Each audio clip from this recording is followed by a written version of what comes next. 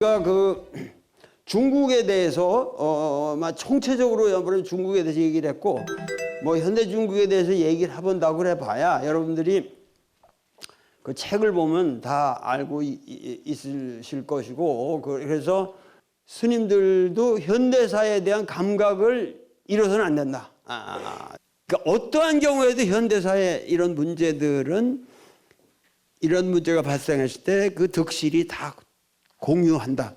동시에 있다. 이런 거를 여러분들이 생각하셔서 어떻게든지 우리 민족이 이제부터 우리가 살아가야 할 길을 모색해야 된다.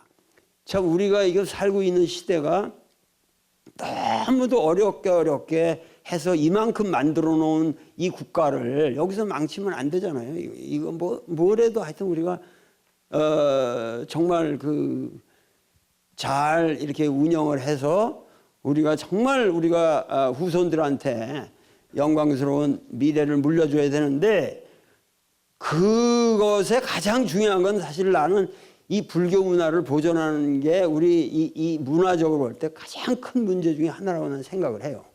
여러 가지 다양한 문화를 생각하지만 나는 진짜 그렇게 생각을 하거든요. 그래서 어떻게 하면은 이 우리 선불교의 이 위대한 전통과 그리고 이 불교가 사찰이 위치하고 있는 그 경관이라든가 모든 그 풍수지리적인 조건이나 이런 것들이 전체적으로 총체적으로 보존이 돼야지 이게 자본주의에 이렇게 쓸려 나가고 이렇게 되면은 우리나라는 정말 형편없는 나라가 되는 거죠. 그래서 여기에 여러분들이 좀 각성을 가지시고 오늘 이렇게 여러분들과 나하고 만난 인연이 그 인연을 어떻게 좀 우리가 잘 간직을 해야겠어. 여러분들이 하나하나가 10,000명은 되거든, 이게. 이게 수만 명이 앉아 있는 거예요, 지금. 그러니까는, 야, 아직도 이렇게 우리 불교계에는 이렇게 훌륭한 스님이 계시는구나 하는 그런 느낌을 가졌어요. 그래서 오늘은 내가 종교 생활과 관련해서 최소한 여러분들이 기독교라는 게 뭔지는 알아야 돼요. 근데 기독교라는 거를 뭔지를 안 되는 거는 뭐냐면 기독교를 완전히 무전제의 인간의 역사적 지평 위에 놓고 봐야 된다고. 에? 순전하게 우리 인간세에 일어난 하나의 사건을 놓고 기독교를 분석해 들어가자 이거예요. 그거는 불교를 이해하는 방식이나 기독교를 이해하는 방식이나 똑같을 수밖에 없어요. 그래서 그 종교라는 것이 어떠한 인간에게 있어 그런 보편적인 문제를 인간에게 제시하는가 이런 거를 여러분들이 총체적으로 같이 고민을 해보자고. 자, 기독교라는 것 말이에요.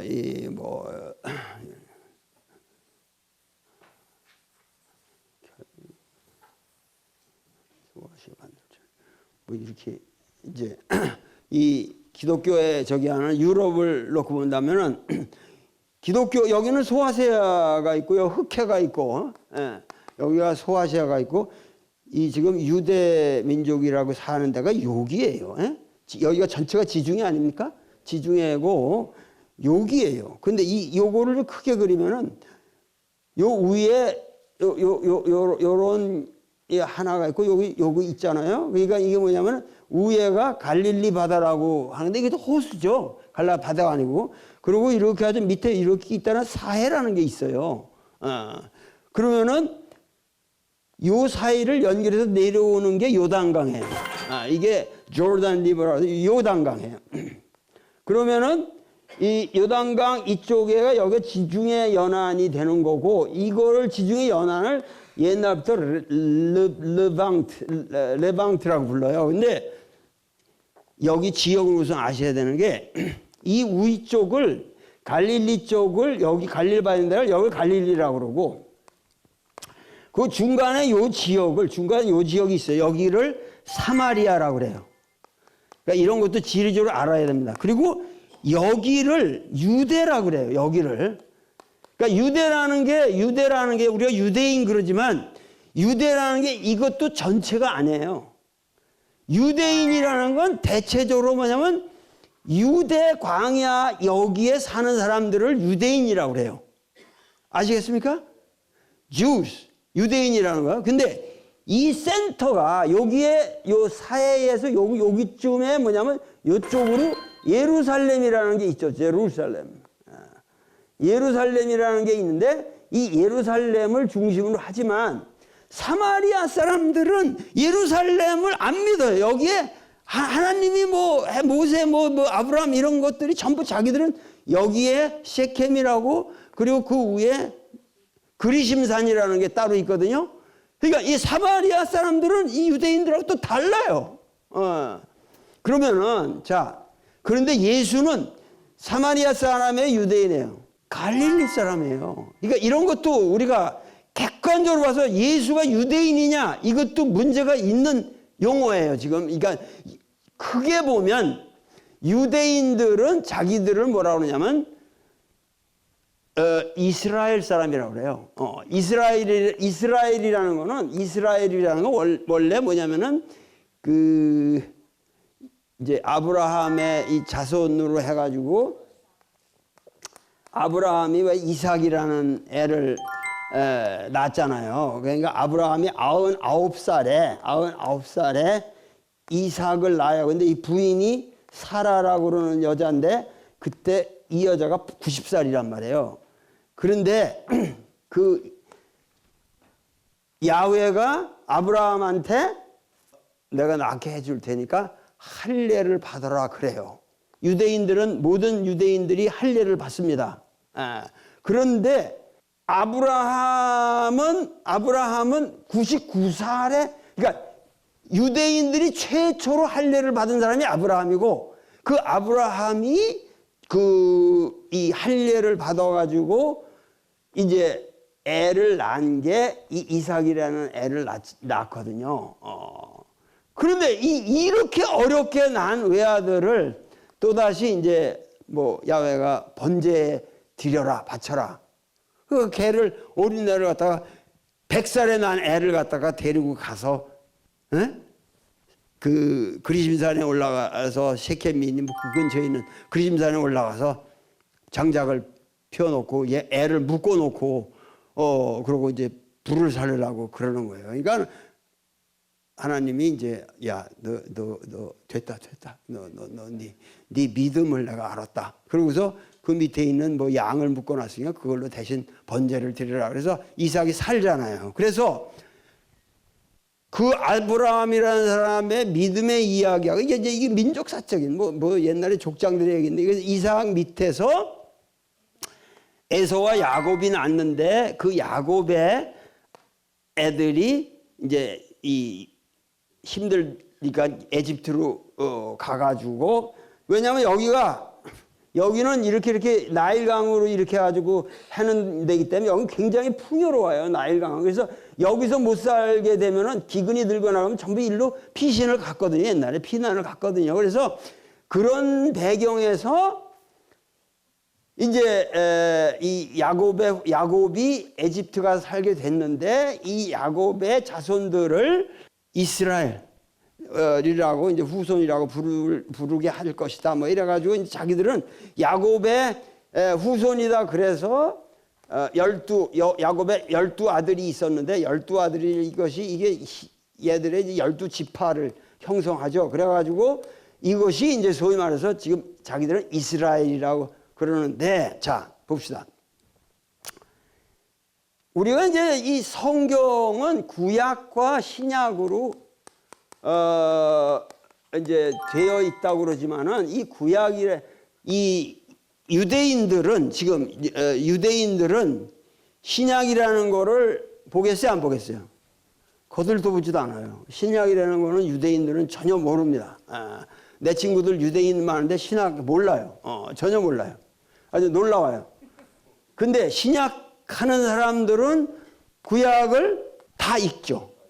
다 읽죠. 그래서 지금 신구약이 합본으로 돼서 우리는 보통 성경이라고 그러는데 사실은 바이블이라고 그러면은 바이블이라는 건 뭐냐면 비브로스라고 그래서 여기에 비브로스라는 도시가 있어요. 그래서 여기서 옛날에 파피루스를 많이 생산을 했기 때문에 그 비브로스에서 이 생산된 파피루스 종이에다가 다 썼기 때문에 그래서 바이블이라고 그러는 거예요. 바이블이라는 건데, 근데 유대인들은 전체가 뭐냐면 이 구약이라는 걸 바이블이라고 불러요. 구약만을. 얘들이 이거를 구라는 건 뭐예요? 여기 올드 테스트먼트 구자가 들어갔잖아요. 이거 기분 나쁜 얘기란 말이에요. 이 사람들에게서는 절대 구약이란 말, 올드 테스트먼트란 말을 유대인들한테 하면 안 돼요. 유대인들은 바이블이라고 하면 비브로스, 바이블. 근데 우리 이쪽에 있는 사람들은, 신약을 믿는 사람들은 이게 뭐냐면 이스라엘 민족과 이 야훼라고 하는 자기들의 족장에 자기들 이 12지파들을 이 믿던 신이 이 모세라는 사람한테 아론의 지팡이를 줘서 하여튼 여기서 에집트 땅에서 그 핍박을 받던 이들을 끄집어냈다는 거 아니에요. 근데 끄집어내는 과정에서 계약을 맺는 거란 말이에요. 계약을 맺는 건데 뭐냐면 그 계약이라는 게 너희들을 다시 이 애굽 땅에서 끄집어내서 이 팔레스타인 가나안의 적과 꿀이 흐르는 땅으로 데려갈 테니 대신 나만 믿어라 하는 거예요. 나만 믿어라. 그래서 그 계약이 십계명이란 말이에요. 십계명이 주로 된 거고 이제 자세한 게 신명기라는데 이렇게 나와 있는데 그 계약의 이 유대민족의 초창기의 계약의 이것이 뭐냐면 구약 전체를 사실은 이 유대인들은 구약 전체를 믿지도 않아요. 이 뭐 열왕기 상이니 뭐 열왕기 하니 역대상 역대하 뭐 이런 것들은 전부가 뭐냐면 마이너한 경전이에요. 가장 유대인들이 경전이라고 믿는 거는 창세기, 출애굽기, 레위기, 민수기, 신명기 이 5개예요. 5개. 그래서 이거를 모세의 오경이라고 불러요. 그리고 이 모세의 오경을 토라라고 불러요. 토라 이렇게 부르는데 내가 이제 주장을 한 게 뭐냐면은 이스라엘 역사에는 온갖 잡동사니 얘기들이 많기 때문에 예를 들면 11조를 내라 이런 것도 신약에는 없거든. 신약에는 11조 내는 게 나쁜 짓으로 돼 있어요. 근데 구약에는 11조를 내라는 얘기가 있기 때문에 구약을 못 버리는 거야. 중요한 거는 약이라는 것은 뭐냐면 테스타먼트란 말이에요. 테스타먼트라는 건 계약이라는 의미요. 예? 계약.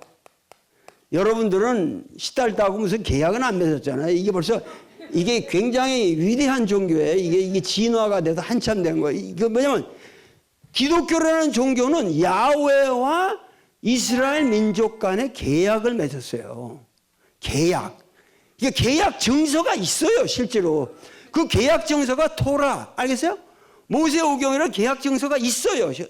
그리고 그대로 안 하면 뭐야? 하나님이 나는 진노야. God of wrath. I'm the Elohim. 나는 wrath. 진노의 하나님이고 나는 jealousy. 질투의 하나님이다. 너희들이 만약 나를 안 믿고 딴 짓을 하면은 몰살시킬 것이다. 그러니까 지금 이 계약이라는 게 왜 구약이라고 하냐면 이것이 헌 계약이란 말이에요. 헌 계약이란 말이에요. 그러면 지금 기독교는 어떻게 되죠? 신약이잖아요. It's a New Testament. 새로 계약을 맺었으면은 헌 계약 종지는 어떻게 돼요? 파기시켜야죠. 찢어버려야죠. 그러니까 지금 기독교인이 된다는 것은 내가 1차적으로 한국 기독교에다도 얘기한 게 너희들 신약을 믿는 놈들 아니냐. 그러면 구약은 찢어버려라. 왜? 구약이라는 건 율법주의예요.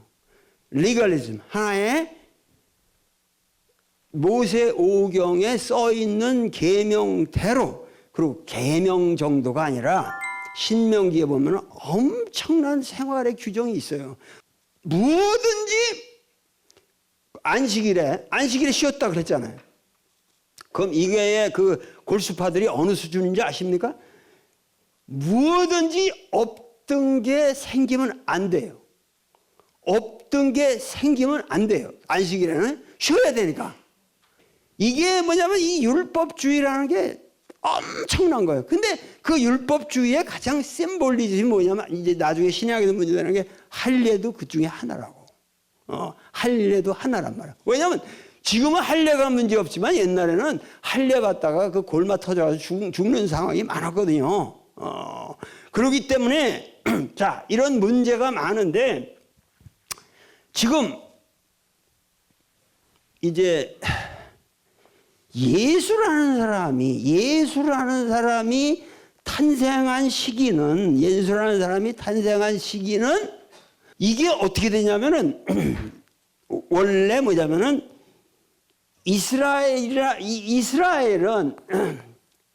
전통적으로 12지파들이 막 이렇게 흩어져서 사막에 살던 아주 초라한 민족이에요. 우리도 사만시대 때부터 여러 보면은 부족들이 이렇게 있잖아요. 그러면 지금 뭐 나주 지역도 그건 완전히 우리가 알지 못하는 새로운 그 세력이 있었다고 나는 생각하는데, 이러한 하다가 얘들이 뭐냐면 북이스라엘 왕조, 그러니까 Northern Kingdom of Israel이라는 북이스라엘 왕조가 성립을 하고, 이쪽을 Southern Kingdom of Judah라고 해서 유다 왕조가 이게 한 1000여 년을 이렇게 대립합니다. 이게 남북 분열이 돼 있었어요. 그래서 여기를 이스라엘이라고 그러고 여기를 유다라고 그랬는데, 그 전에 이거를 통합해서 이제 최초로 통일 국가를 만든 사람이 다윗이라는 사람이거든요. 데이비드라고. 다윗이고, 이 다윗의 아들이 솔로몬이라고 그래서 이 솔로몬이라는 사람이 소위 말해서 이스라엘의 영화를 가져왔다는 거예요. 그러고 나서 나라를 분열시켰어요. 그래서 북이스라엘과 남유다로 갈라졌단 말이에요.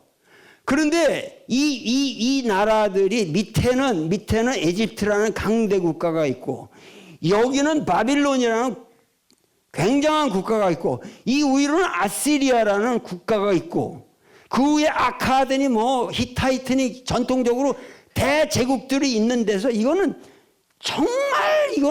힘이 없고 아무 군사적인 능력도 없고, 그렇기 때문에 침략을 받으면 그냥 당하는 사람들이에요. 근데 이 사람들이 뭐냐면 이스라엘, 결국 이 왕국은 아시리아에 의해서, 느부갓네살이라는 사람에 의해서 멸망을 합니다.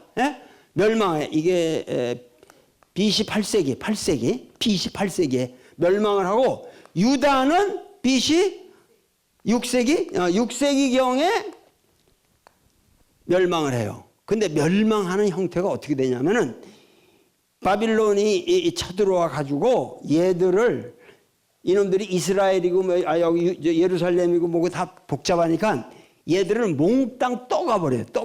그냥 모조리 떠가버리는 거예요. 그러니까 한국 사람들을 그냥 여기 침범을 해도 서울에 있는 사람들 전부 어디 만주 땅에다 이주시켜요.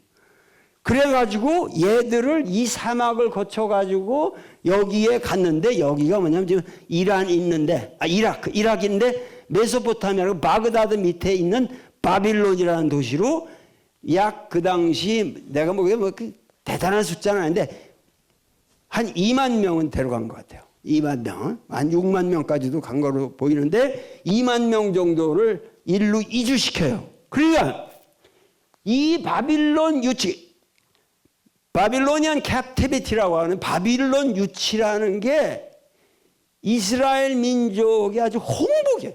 얘들이 이제 홍복인데, 왜냐하면 여기 와서 국가가 이제 망하게 되리라는 그런 거를 느끼면서 이 사람들이 이때 비로소 구약을 만들어요. 그러니까 여러분들이 아는 그 구약이라는 게, 구약을 읽으면 거기 뭐 야훼가 다 미리 예언도 하고 뭐하고 예언자들이 만나고 다 이런 걸 한다고. 그래서 읽어보면 이거 희한하다 이렇게 생각할 수가 있는데, 이게 뭐예요? 다 사후에 쓰여진 거예요. 예언이 사전에 정말 점쟁이가 예언한 게 아니라 지금 전부 여러분들 아셔야 될 거, 구약 전체가 그 구약의 지금 시대에 보다 훨씬 500년, 1000년 다 후에 그것을 기록한 겁니다. 아시겠죠? 문학적 상상력에 의해서. 조작이라는 것보다 그냥 우리가 당군 할아버지 얘기하는 것처럼 그거 뭐 조작이라는 말보다 문학적 상상력이라고만 해주세요. 그 또 남의 나라 이게 기독교인에 대해서 얘기하는 게 아니고 이거는 지금 유대인들하고 이렇게 붙으셔야 되기 때문에 그렇게 막 해버리면 곤란해요.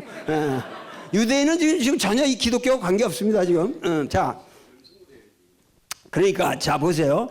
그렇게 해가지고 이 사람들이 뭐냐면 이 위기, 민족적인 위기를 생각하면서 이걸 하는데 사실은 이 모세가 애굽에서 홍해를 가르고 뭐를 이렇게 했다 이런 얘기들 같은 것이 사실은 그게 그 옛날에 애굽 땅에서 있었던 사실이 아니라 사실은 이 사람들이 여기에 이 바빌론 캡티비티에 있으면서 이 바빌론을 탈출하고 싶은 소망을 그 옛날 이야기로 달바꿈해서 신화적으로 만든 것일 수도 있어요. 그러니까 지금 뭐냐면은 내 친구들이 텔아비브 대학에 그 유명한 고고학 교수들이 많은데 요새 다들 뭐냐 고고학대 가보면은 유대 민족이 여러분들보다 훨씬 더 이스라엘 학자들이 더 레디컬합니다. 솔로몬이고 다윗이고 다 날조다. 왜? 국고과학적으로 아무런 증거가 없다. 그렇게 뒤져봤어도 안 나타난다. 이거는 완전히 문학적인 이미지네이션이다. 그런데 이 문학적 이미지네이션을 쓴 것만 해도 BC 6세기 아니에요? 예? BC 6세기 이후란 말이야. 그러면 이것만 해도 이게 얼마나 대단하냐. 우리 민족이 약소민족으로 이렇게 살다가 이렇게 해가지고 전 인류의 경전을 만들어 놨는데 이것만 해도 이게 대단한 게 아니야. 이렇게 나와요 지금은. 아시겠습니까? 자, 이 얘기는 그만 줬고, 자 그러면 구계약이라는 거를 우리가 파악해야 되는 건 간단하게 얘기하면은 이 구계약이라는 거는 뭐냐면 율법의 계약이란 말이에요. 예? 그러니까 인간은 율법을 통해서 구원을 얻는다. 여러분들 말이죠. 예를 들면 교통법규가 있다. 그럼 교통법규를 통해서 여러분들이 완전 무결하게 교통법상으로 완전 무결한 사람이 될 수 있겠어요? 단지 교통법규가 있다는 거는 단지 그냥 그 드라이빙을 하는데 그저 질서를 지키면서 저촉 안 되는 범위에서 이게 하는 거지. 그거를 완벽하게 그 교통 규칙대로 한다는 거는 말이 안 되는 거죠. 그러니까 뭐 예를 들면 간음하지 말라. 그러면 간음하지 말라는 건 네 머릿속에서 저 여자를 보고 음탕한 생각만 품어도 간음했다. 근데 뭐 이쁜 여자 보고서 뭐 어떻게 했다든가 이쁜 남자 보고 어떻게 했다든가 이런 것들이 다 그러니까 율법이라는 걸 통해서 인간이 구원을 얻을 수 있느냐 하는 문제가 이제 제기되는 거예요. 그러니까 지금 이런 문제에 대해서 뭐냐면은 지금 이제 쉽게 얘기하면은 구계약을 파기하고 새로운 계약을 맺었다는 거는 지금 예수라는 사람이 사랑의 그 새로운 계약을 들고 나왔다는 거 아니에요. 새로운 계약을 들고 나와서 이 율법이라는 구계약서를 찢어버리고 우리가 새로운 율법이 아닌 방식으로 인간 구원을 모색해보자 이랬는데, 자 이거 보세요. 예수에 관한 스토리들을 전부 종합해 보면은 그 모든 요소들이 근동 문명의 어떤 미스테리 컬트에 다 있다. 그러므로 예수라는 인물 자체도 사실은 하나의 픽셔널하게 신화적으로 구성된 픽션일 수 있다라는 설도 강력합니다. 강력하지만 실제로 예수를 따르고 예수를 위해서 목숨을 바치면서 예수 운동을 한 사람들이 방대하게 역사적으로 실존했단 말이에요. 그런데 그것이 과연 그런 역사적인 X가 없이 과연 그게 가능하겠느냐 하는 것은 상당히 내가 보기에 그거는 힘들어요.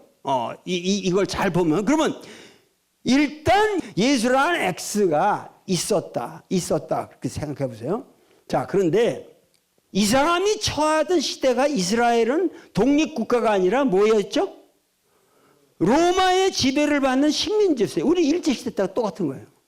그러니까 이 예수라는 사람은 그 근동 문명이라든가 이러한 모든 이런 이 바빌로니아라든가 페르시아라든가 이런 문명의 영향도 있었고 또 하나는 뭐죠?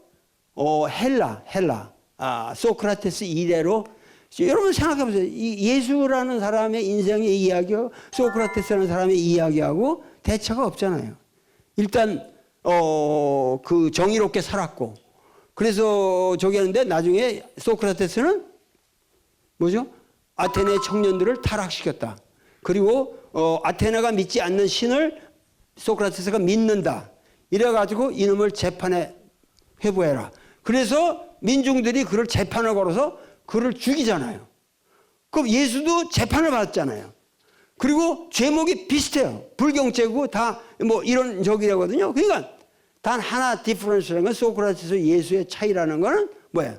시대적으로 한 400년 정도 차이지고 또 하나는 뭐냐면 소크라테스는 그냥 죽고 말하는데 예수는 죽었다 살아났다는 거 아니에요.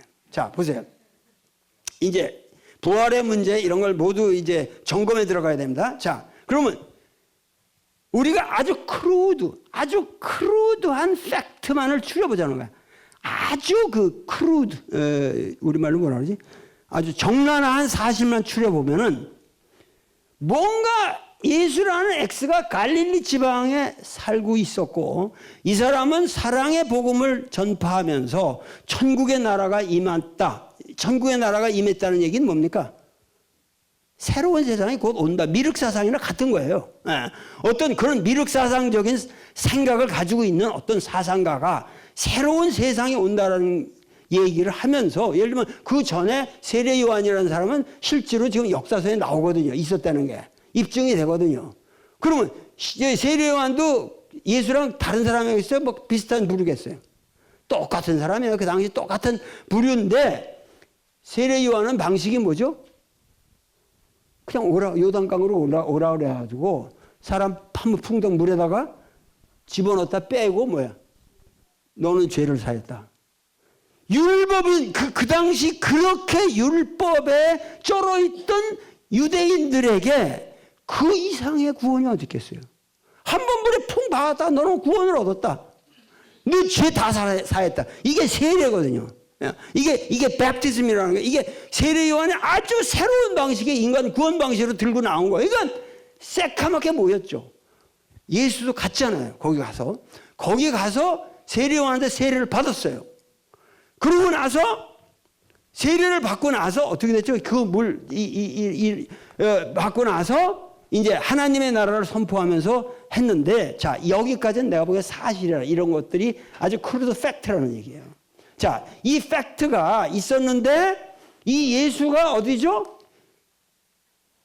이렇게 하다가 뭐냐면 이 하나님의 나라를 선포한 이 사건이 당시에 유대인들의 제사장이라든가 이런 사람들한테 엄청 눈에 거슬렸어요.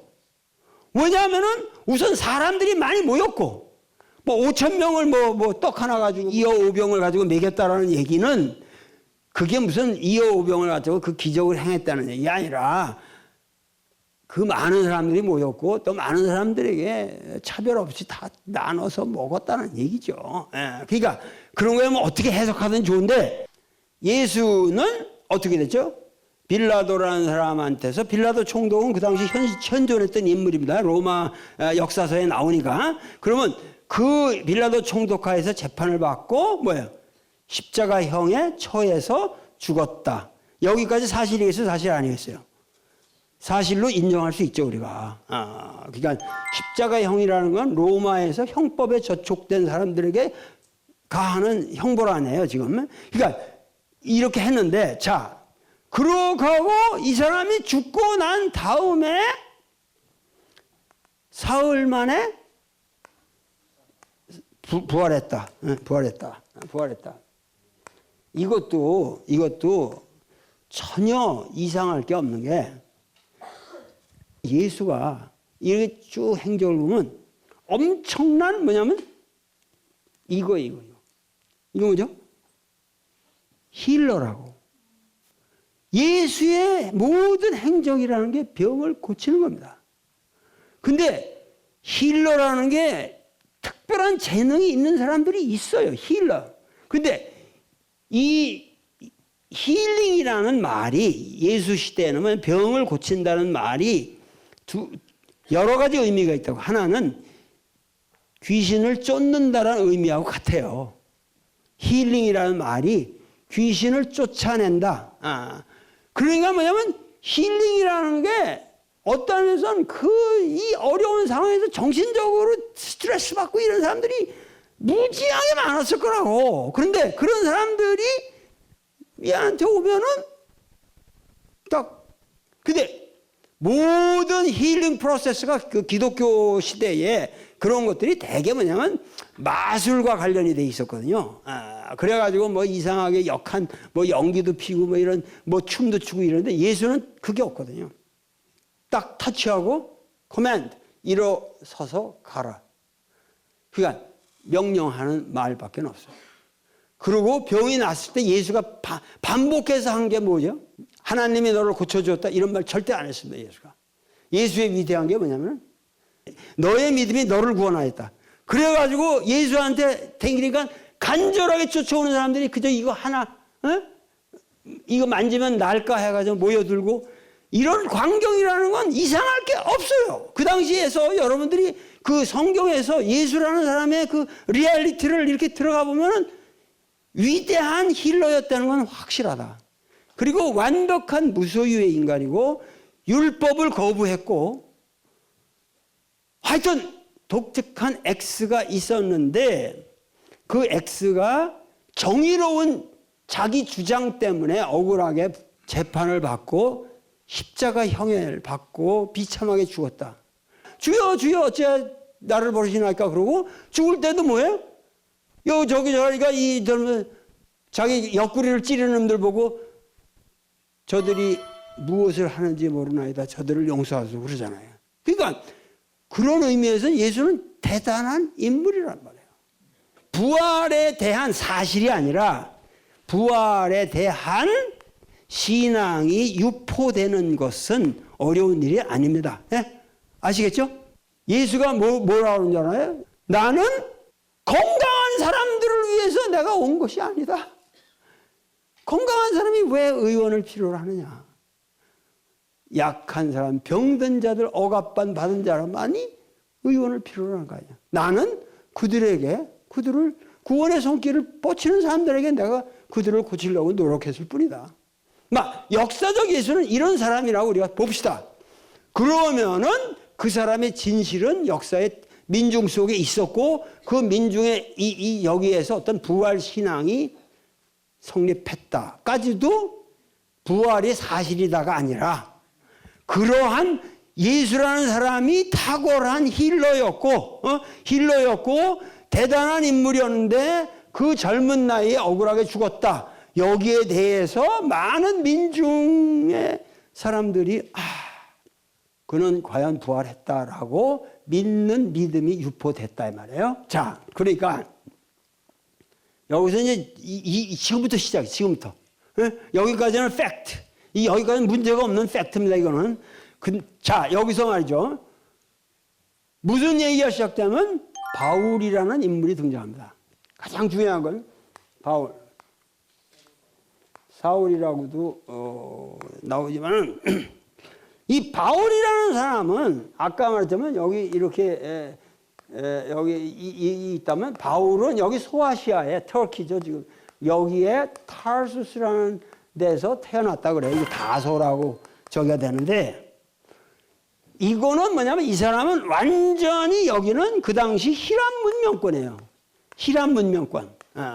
히람 문명권에서 태어나가지고 이 다소에서 태어나가지고 이 다소라는 지역이 엄청난 교육 문화 도시입니다. 대학들이 많고 도서관 많고 극장도 많고 이런 데서 굉장히 공부를 하면서 풍족하게 큰 사람이에요.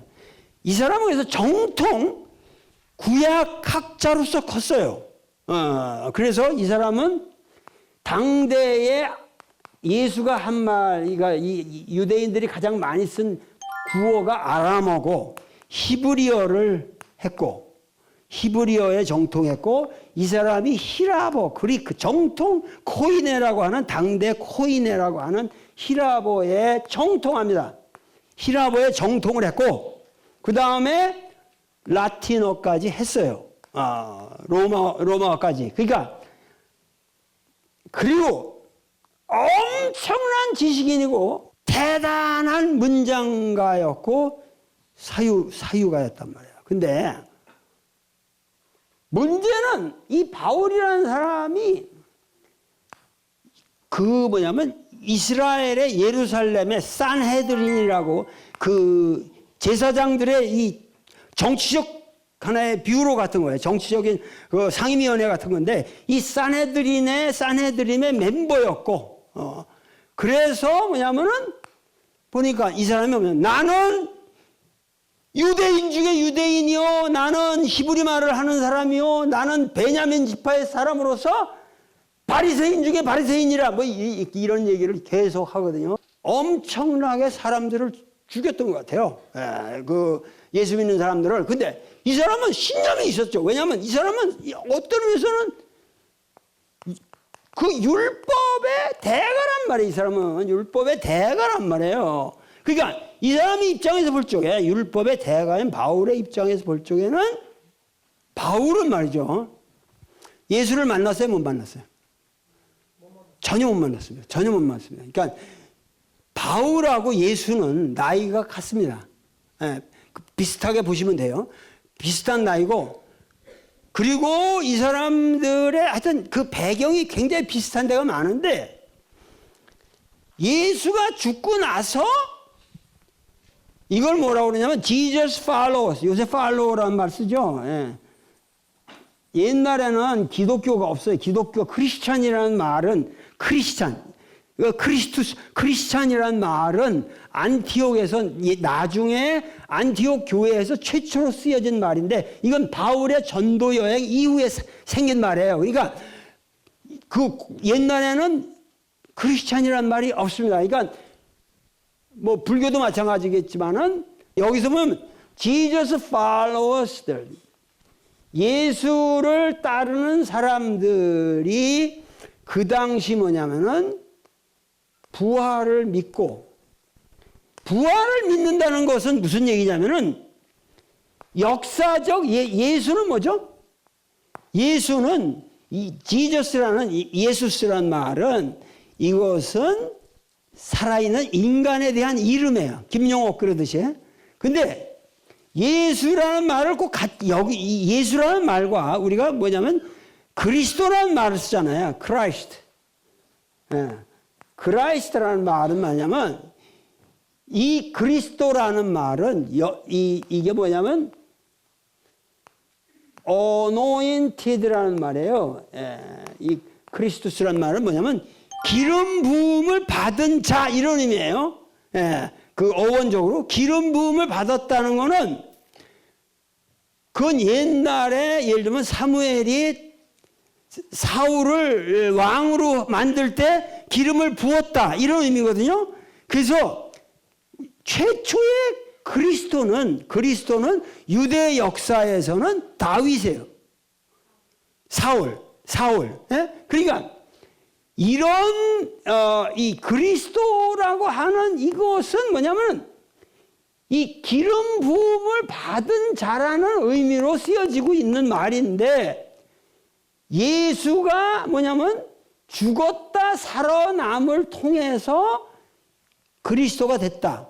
그러니까 그리스도라는 말은 이것은 무슨 얘기냐면 메시아라는 의미예요. 이게 이 메시아라는 의미랑 같은 거거든요. 그래서 이것을 갖다가 얘들은 그리스도라는 말을 메시아라는 말로 같이 쓴다고. 메시아라는 건 그리스도라는 말의 히브리 말입니다. 히브리어예요. 이거는 히브리어. 그래서 메시아라는 말을 쓰는데 자 보세요. 바울이 예수를 따라다니던 사람들이 예수 죽고 난 다음에 이게 흩어져서 예수가 죽었는데 끝났으면 그만인데 끝나질 않고 계속해서 예수를 죽었다 부활했다고 그러면서 따라다니는 거예요. 그러니까 여기서 그 바울이 충격을 받아가지고 이놈들을 흑성분자들을 전부 죽여버리지 않으면은 문제가 되겠다 그러고 계속 탄압을 한 거예요. 탄압을 하는데 어느 날 이 사람이 다마스커스라고 다메섹이라는 데로 이제 그 시리아에 있거든요. 이게 지금 시리아에 있는 도시인데 이 다마섹이라는 데로 가는 도중에 갑자기 그 사도행전에 보면은 갑자기 하늘에서 사울아 사울아 어찌하여 내가 나를 핍박하느냐 하는 소리가 들려왔다는 거예요. 자 여기서 말이죠. 자기는 거기서 그 컨버전이 일어난 거예요. 거기서 사울아 사울아 어찌하여 내가 나를 핍박하느냐 하는 그 얘기를 듣고 이제 뭐 눈이 멀고 뭐 그다음에 어디 찾아가서 냇가에 가서 눈물을 씻으면은 우물가에 가서 눈물을 씻으면 어디 가서 네가 눈을 뜨게 되리라 막 이런 체험이 있었다 그러는데 이거는 제가 보기에 이거를 철학 용어로 conversion 이게 뭔가 역전이 되는 거죠. 예, 이간. 근데 여기서 이 바울의 이 문제가 뭐냐면은 여기서 이 사람이 컨버전이 일어난 다음에 이 사람이 예루살렘으로 가지를 않고 아라비아 사막으로 갔다 그래요, 자기가. 이게 갈라디아에서 나오거든요. 근데 이쪽 그 사도행전에서는 그런 게 안 나오는데 많은 사람들이 그런 거를 끄집어내질 않아요. 근데 바울 본인이 한 얘기로 보면은 자기는 이러한 특별한 계시가 있고 나서 자기는 그 아라비아로 가서 아라비아 사막에서 3년을 고민을 했다 그래요. 3년을 고민했다 그러거든요.